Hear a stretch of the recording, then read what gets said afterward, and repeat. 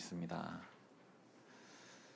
오늘 본문은 우리가 이미 마가복음 6장에서 한번 오병이어의 기적을 통해서 보았던 적은 음식을 통해 많은 무리를 먹이시는 그 내용을 다시 한번 좀 반복하는 것처럼 다른 사건이지만 비슷한 이야기를 적고 있습니다.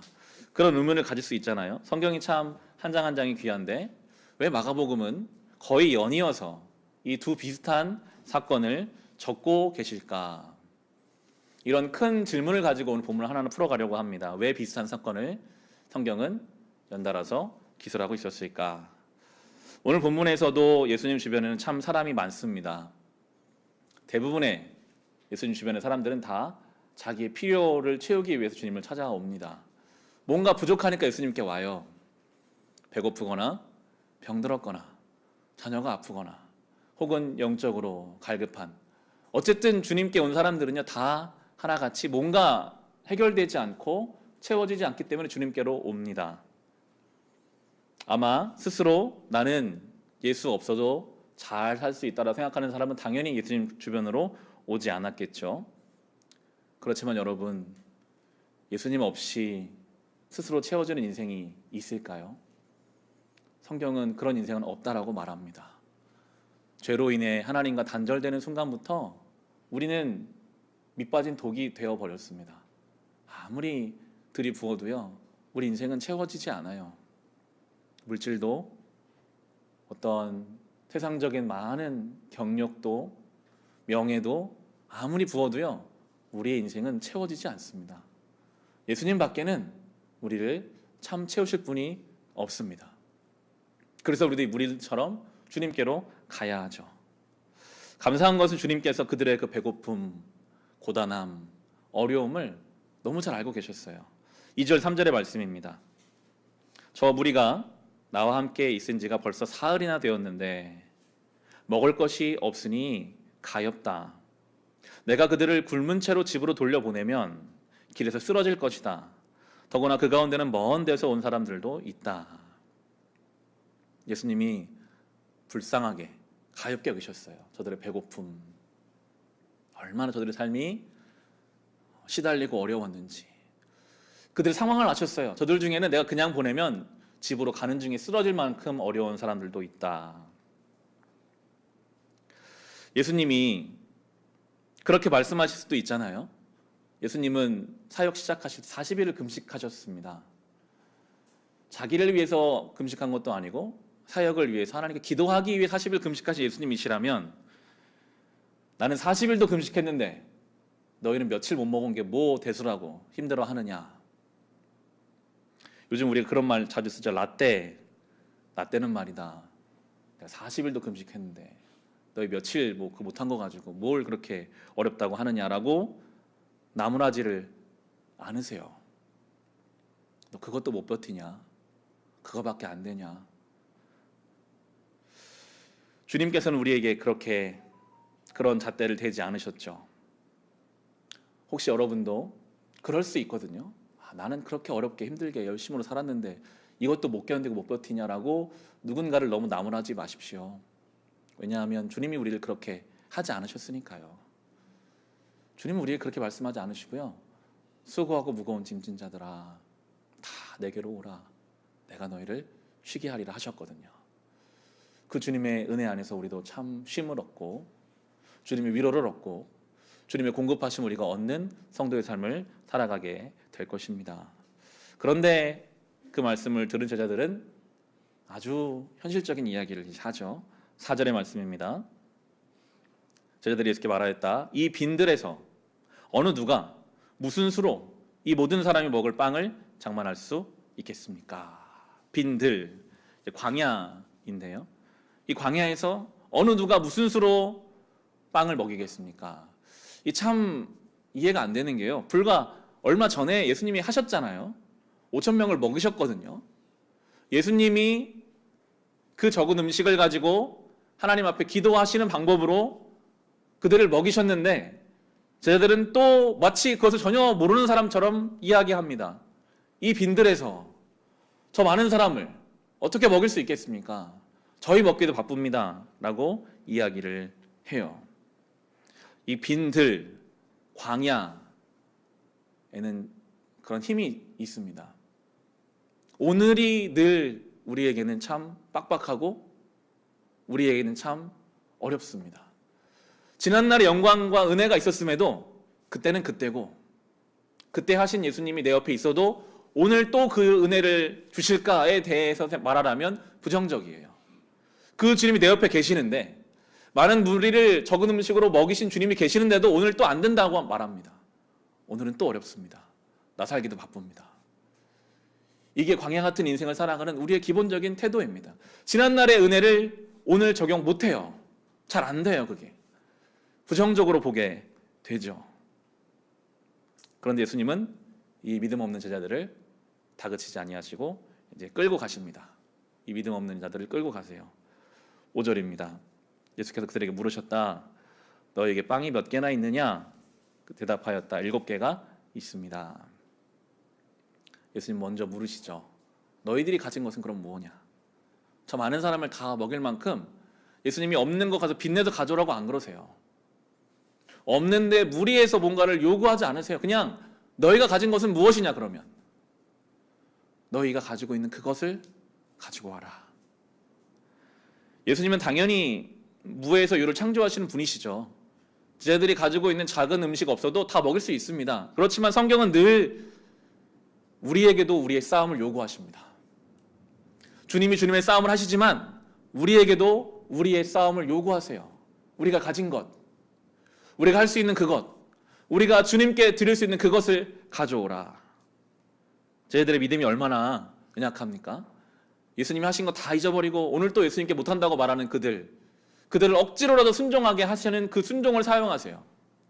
억지로 드리는 그 순종, 정말 변변치 않은 작은 음식, 우리로 적용해 본다면 우리의 참 부끄러운 사랑, 헌신, 어떤 우리의 그 작은 것을 주님은 그거 가지고 함께 하기를, 동역하기를 원하세요. 얼마나 영광스러운 일입니까? 주님이 나와 동역하기를 원하세요. 저 많은 사람들을 먹여야 하는데 네가 가진 그것으로 나와 함께 하자.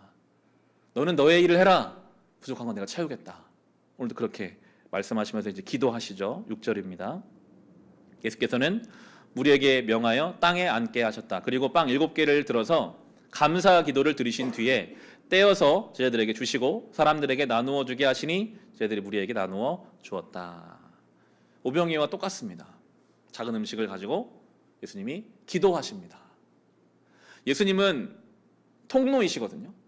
하나님과 인간 사이를 연결하시는 통로 되신 예수님이 제자들이 내놓은, 아마 그들은 의심 반 믿음 반이었겠죠. 이거 가지고 또 뭐가 될까? 그때 한 번 일어난 그 일이지만 그들이 그렇게 내어놓은 그 작은 순종에 예수님의 통로가 연결되니까요, 하나님의 은혜가 흘러들어오니까요, 그러니까 이제 그것으로 많은 사람들이 배부르게 먹게 되거든요. 이것이 복음입니다. 우리는 정말 연약하고 변변치 않지만 예수님을 통해 하나님의 그 생명과 은혜가 우리의 삶에 흘러들어오면 그걸로 놀라운 일이 일어나요. 우리의 삶의 모든 영역에 그래서 예수님의 그 이름과 예수님의 능력이 필요합니다. 우리가 하는 모든 일에 예수님을 우리는 구해야 합니다. 그럼 우리는 참 변변치 않은 것을 가지고 있지만 하나님의 생명이 나타나게 되는 것이죠. 마가복음 계속 그걸 이야기합니다. 물고기도 그렇게 하셨습니다. 7절에 보시면 또 그들에게는 작은 물고기 몇 마리 있었는데 예수께서 그것을 축복하신 뒤에 그것도 사람들에게 나누어 주게 하셨다. 반복해서 가르칩니다. 우리는 아무것도 아니지만 예수님을 통해 하나님과 연결되면 그걸로 놀라운 복음의 역사가 일어난다. 우리가 하는 어떤 일, 우리가 만난 어떤 사람, 이걸로 뭐가 달라질까? 내가 이거 한다고 뭐가 새로워질까? 그렇죠. 우리가 하면 별거 아니죠. 하지만 거기에 예수님의 은혜가 더해지면 그 적은 음식으로 수많은 사람들을 먹이십니다. 그게 교회와 성도들이 해야 할 일인 것이죠. 십자가상에서 참혹하게 죽으셨던 예수님이 부활이고 생명이 되셨잖아요. 그 부활의 생명이 우리의 삶에 부어지면요, 우리를 통해서도 그 놀라운 역사가 이루어질 것이라고 우리에게 보여주고 계신 것입니다. 이 메마른 땅이, 배고픔이, 그 기진맥진함이 8절에 보시면 완전히 바뀌어지죠. 그리하여 사람들이 배불리 먹었으며 남은 부스러기를 주워 모으니 7 광주리에 가득 찼다.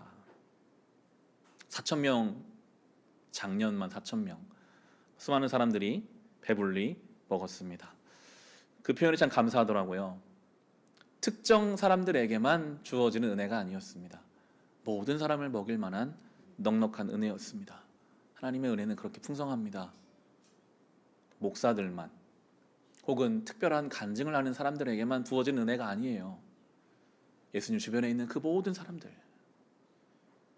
부족하고 연약해도 예수님이 그들을 풍성하게 배부르게 먹이실 만한 놀라운 은혜의 주님이 바로 우리 주님이십니다. 메마르고 배고픈 이들이 참 보잘것없는 순종을 사용하시는 예수님을 통해 풍성하게 채워지는 것, 광야 같은 이 세상 속에서 교회와 성도들이 부족하지만 하나님 말씀 따라 순종하려고 할 때 예수님의 은혜가 우리에게 부어져서 우리를 통해 놀라운 은혜가 이 땅에 흘러가게 하시겠다라고 우리에게 오늘 본문을 통해서 보여주고 계신 것입니다. 이런 놀라운 은혜의 현장과 사건, 하나님 나라의 방식이 이루어지고 있었음에도 또 한편에서는 예수님께 시비 거는 사람들이 있었습니다. 바로 바리새파 사람들이었는데요. 그들이 예수님께 여전히 표징을 요구합니다. 뭔가를 요구하죠. 하지만 예수님은요, 표징을 요구하는 자들에게 너희는 아무것도 보지 못할 것이다 말씀하시고 그냥 그들을 떠나버리십니다. 예수님이 가장 놀라운 표징이시거든요. 하나님의 아들인데 인간의 몸을 입고 이 땅에 오셨으니까요. 그들이 구하는 표징이 눈앞에 있는데도 못 알아보는 그들을 주님은 떠나십니다. 바로 아래 본문 11절에서 13절의 말씀입니다. 바리새파 사람들이 나와서는 예수에게 시비를 걸기 시작하였다.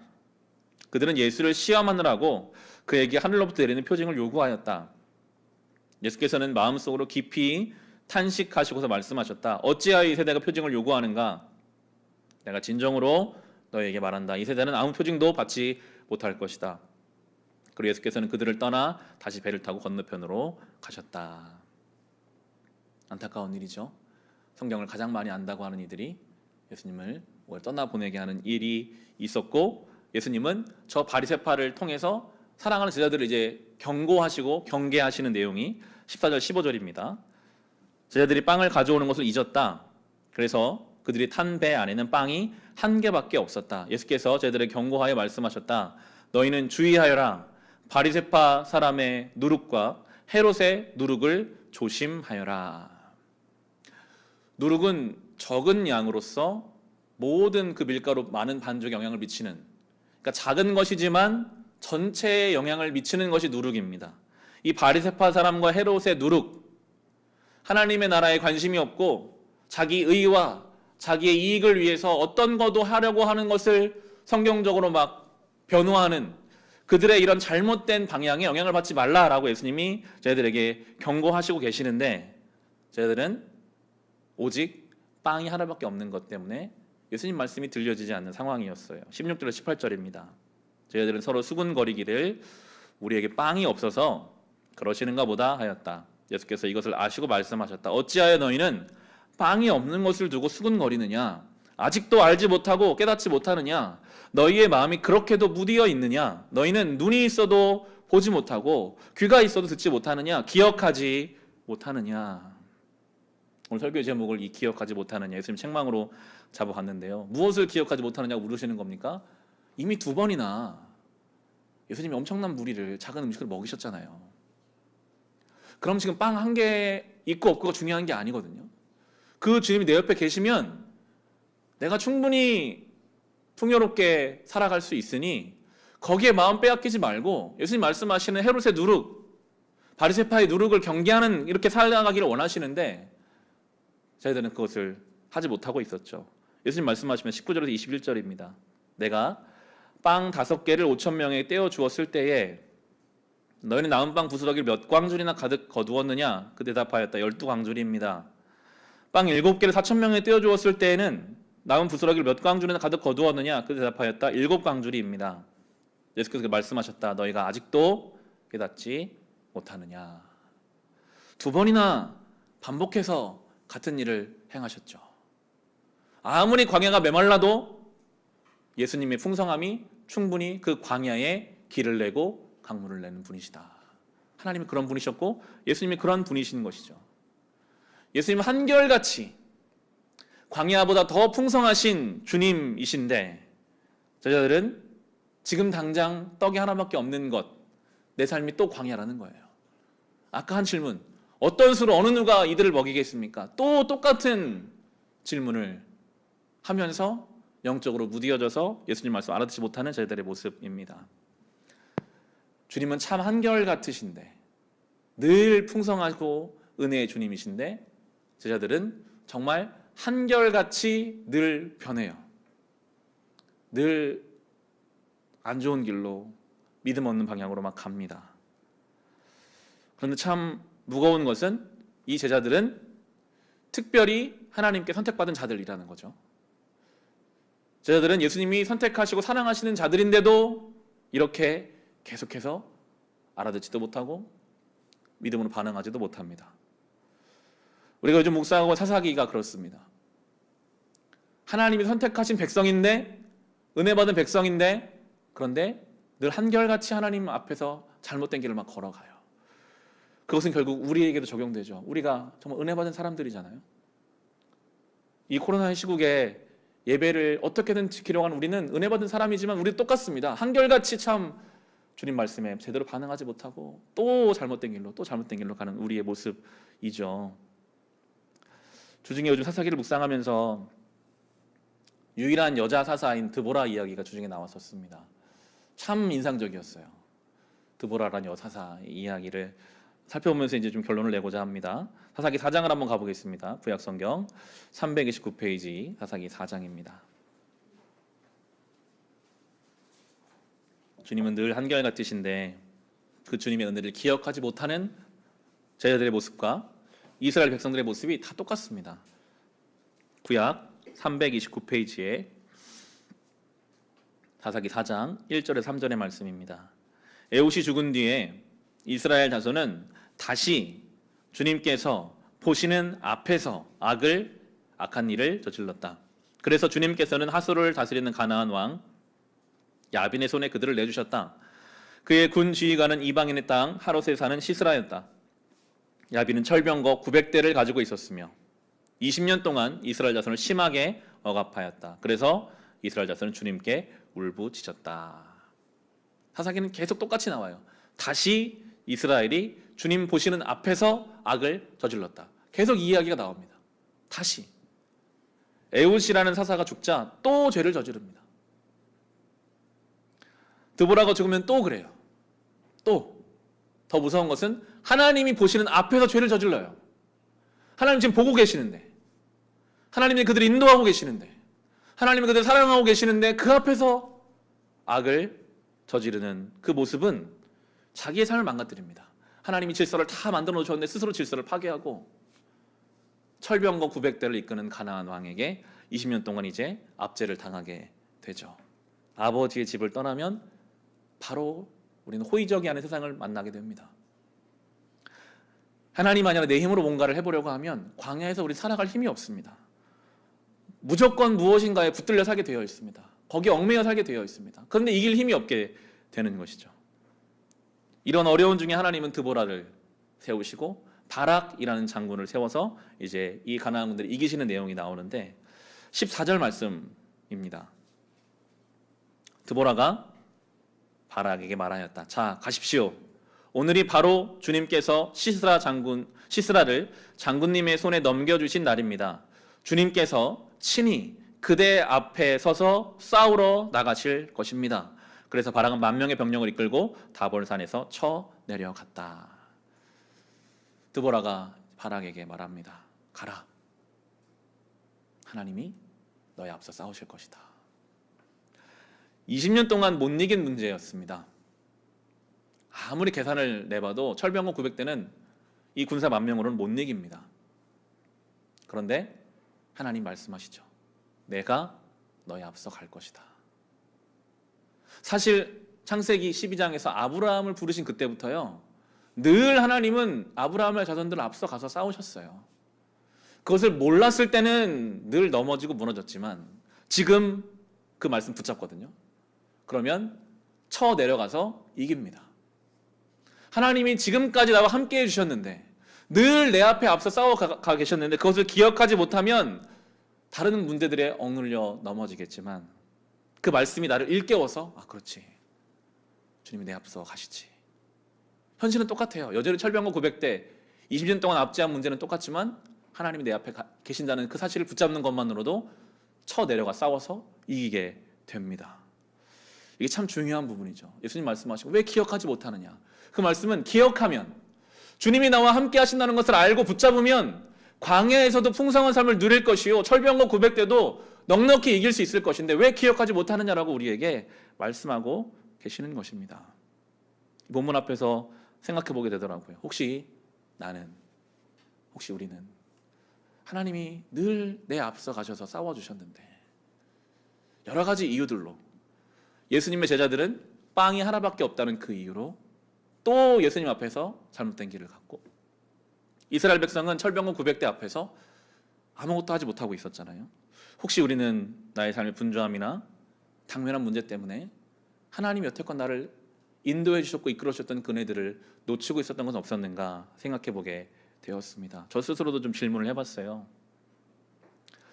저를 2017년 3월에 벌써 4년 한 5개월 전이더라고요. 이곳에서 아내와 함께 교회에서 예배를 이제 드리게 되었습니다. 그때만 해도 정말 여기는 황량한 공사장 거의 그런 수준이었죠. 상가가 준공이 되고 상가에 와 보니까요, 뭐 저희밖에 없는 건 당연하고 온 상가가 정말 먼지 구덩이였습니다.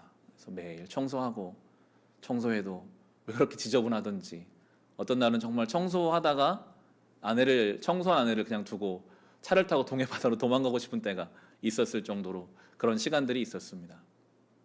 목회를 처음 시작하고 개척할 때 많은 개척하신 선배 목사님들 그런 얘기 하셨어요.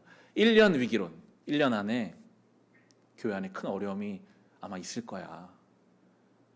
교인들의 절반 이상이 밀물처럼 들어왔다 썰물처럼 빠져가는 일이 내 인생에도 있었어. 백 목사도 그런 때가 있을 거야. 1년이 지나고 나니 3년 위기론, 3년 안에 또 아마 그런 일이 있을 거야. 그런 때가 있었더라고요. 감사하게도 우리 교회는 이제 5년, 내년 보면 5년을 채우는데 아직까지 그런 일은 없이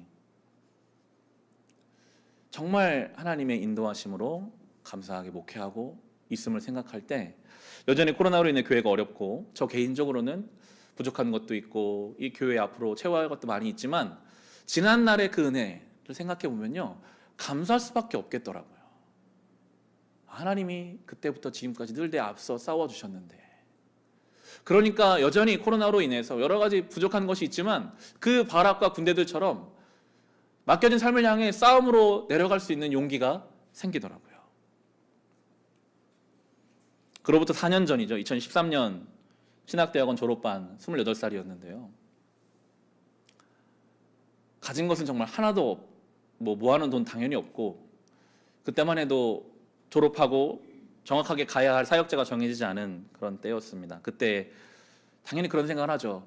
야, 이렇게 아무것도 없는 나 같은 사람과 누가 이렇게 결혼을 해주려고 마음을 먹을 수 있을까? 그런데 이제 그때 아내를 만나게 된 거죠.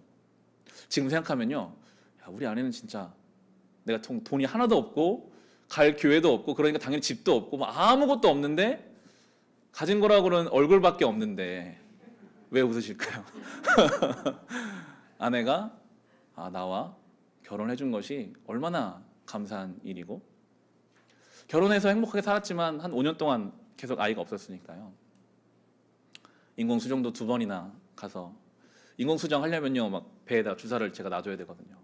이틀에 한 번씩 막 주사를 놔주고, 근데 뭐 계속 안 됐었죠. 결국 서울역에 있는 차병원에 가서 시험관 시술을 해서 이제 아이들을 얻어서 이제 살고 있는데, 돌아보면 지금 제가 그냥 당연하다고 생각하는 것들이 저에게는 하나님이 주신 다 은혜였더라고요. 가정도 교회도. 지금은 그냥 아무런 감사 없이 살아가는 것들이 너무나 감사한 일이구나. 하나님의 은혜를 우리는 기억해야 합니다. 무엇보다 우리가 기억해야 될 은혜가 있습니다. 그것은 바로 예수의 십자가입니다. 그 예수의 십자가, 우리 모두가 반드시 매일같이 기억해야 할 그 은혜, 나 같은 자를 위해 십자가에서 죽으신 그 예수 그리스도. 어쩌면 우리는 참 건조하게 십자가를 바라볼 수도 있습니다. 하지만 그 십자가가 정말 하나님의 은혜의 표징임을 우리가 기억한다면요, 그런 기도가 막 나오더라고요. 예수님의 십자가를 우리가 기억한다면, 그 십자가라는 사랑의 반석 위에, 그 토대 위에 우리의 인생이 세워진 것을 믿는다면요, 설상 우리의 인생이 어떤 문제로 완전히 다 무너져 버려도 예수의 십자가의 그 은혜의 반석과 토대는 다시 시작할 수 있는 용기가 되어주십니다. 다 무너져도 괜찮아요. 건강이고 관계이고 경제력 모든 것이 다 무너져도 우리는 예수라는 그 십자가의 반석을 다시 시작할 수 있거든요. 그게 바로 복음의 능력인 것입니다. 그걸 깨달으면, 그걸 기억하면 오늘을 살아갈 힘을 얻습니다. 두려울 것이 없어집니다. 드보라가 한 일이 그런 거였거든요. 주님이 너 앞서 가신다. 그 말씀이 10년 가운데 들려지면 싸우러 내려갈 힘이 생기죠. 예수님이 제자들에게 일깨우시는 거, 너희가 왜 기억하지 못하느냐? 마가복음이 2번이나 그 이야기를 쓰면서 기억하기를 원해요. 우리 주님 그런 분이시다. 아무리 광야가 메말라도 우리를 먹이실 수 있는 분이시다. 우리 주님이 광야 같은 인생에서 우리의 생명샘이 되시는 분이시다. 결국 교회는 그것을 기억하게 하는 곳입니다. 우리가 이렇게 예배를 드리는 것도, 신앙 훈련을 하려고 하는 것도, 매일 카카오톡으로 말씀을 나누고 여러 가지 방식을 통해 자꾸만 기억하게 하는 것, 붙잡으려고 하는 것, 그게 되면요, 상황은 똑같아도 우리는 완전히 다르게 우리 현실을 볼 수 있게 되는 것입니다. 기억하지 못하느냐 하시는 주님 말씀 앞에서, 주님 제가 기억합니다. 주님이 어떻게 나를 사랑하셨는지, 오늘도 주님 나의 삶에 함께 하십니다.